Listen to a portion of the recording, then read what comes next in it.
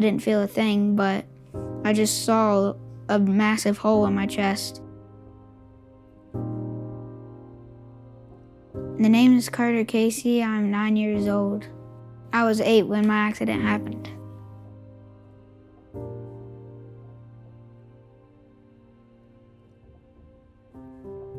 It was a typical 4th of July holiday weekend. We typically camp for 4th of July, so the kids kind of do their own thing. They ride their bikes, and there were several kids riding go-karts back and forth in their boundary, and one of our adult friends was riding go-karts with them, and he come back and said, "Hey, Carter's been hurt, it's pretty bad." So I was just riding my go-kart, and I guess I didn't know how far off I was on the road, and then I ran into a gate and stabbed through my chest, and my buddy Levi, he saved me. It was a freak accident. Whenever it happened, I started crying because I was scared. It didn't hurt because how much pounds was coming into my body, I couldn't feel a thing. I just saw a massive hole in my chest. We all took off running to meet with Carter, and he'd walked about a mile, half a mile from the scene of the accident. He had his buddy with him who helped him get to where we needed to go, and I met him in the parking lot and realized how bad it was. He was riding dirt bikes with my older son in the woods, right in the same area. So basically we just threw him in the truck and said, "We gotta go. Somebody call Cody, let him know what's going on." We were up on the hill and we were riding dirt bikes, and my friend's mom called him and told that my brother got in an accident. Actually, one of the boys I was with, he had his phone. I didn't have my phone, and I didn't really think anything of it. Carter got hurt all the time. You know, not seriously, but I just hurried down, and they told me it was pretty bad. Get in the truck, let's go. The fire department was amazing. They were standing out there waiting on us when we got there. They didn't really know the extent of it, so they immediately took into action. They got him stable, and then the paramedics showed up immediately, within a minute, and they took us to Thomas Hospital for the emergency surgery. He went into surgery, and we sat in the waiting room for what felt like 3 days, but really, I don't know, it was probably 3 hours. Walked the floor and prayed, and so then finally, a couple hours later, Dr. Lucente came out and was able to tell us really the extent of it, that he stitched up Carter's finger because Carter lost part of his finger, and that he had severely crushed his ribs. He was gonna have to transport him because Carter was probably gonna get really sick.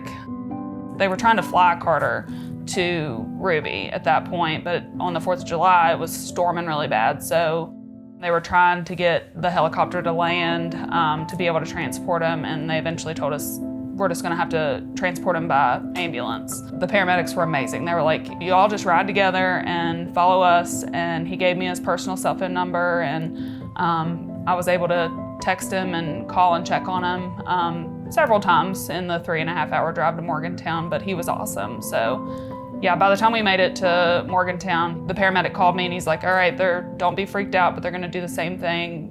They're gonna bring him through the ER, they're gonna run him up, do a bunch of tests, scans, all the things. Same thing you just already went through, so don't be freaked out." But everyone at Ruby was great. Once they got him in the ER, they ran all the scans and did all the things and got us in a room pretty quickly, and it worked out once we made it there. One of the keys in our state is the travel time and the ability to take care of pediatric patients, and luckily he went to a facility that had the capability of triaging his care and stabilizing him. The physicians there did an unbelievable job of taking care of him, stabilizing him, operating on him, and then transferring him to WVU Children's.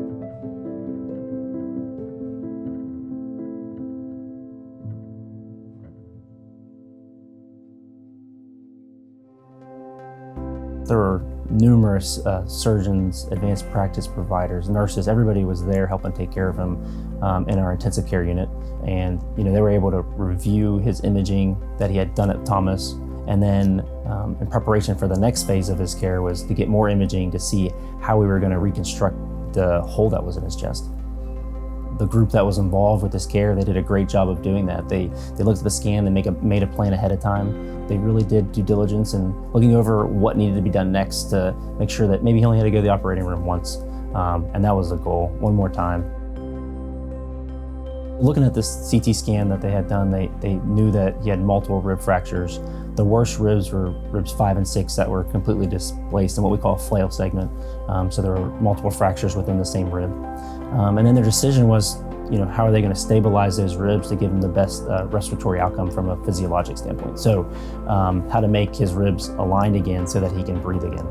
It's a rare event. We don't commonly see this type of chest wall injury in our pediatric population, and then let alone stabilizing in another facility and then coming to us for the reconstruction. I mean, it is one of those things that it required a high complex decision making, and we were able to do that here. They reconstructed the chest.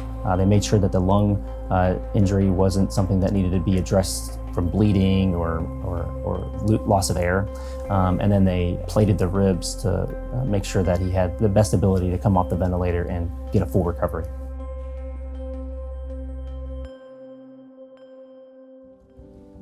He got out of surgery and Dr. Wright told us that they planned on taking him off the ventilator and extubating him, so he came off the ventilator fine and just continued to amaze us the remaining 5 days we were there. My doctor, he told my mom and dad that I came up swinging because I'm like, where am I? What am I doing here?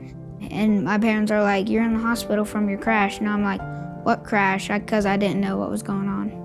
He worked his way up. I mean, every single day got stronger and stronger, and he had to do his lung exercises because he had that damaged lung, and every single day he was losing, an IV or this or that. We were slowly making our way there. So by day 8 actually was the day we left. He was ready. He was like, is it time to go home? I want to go home.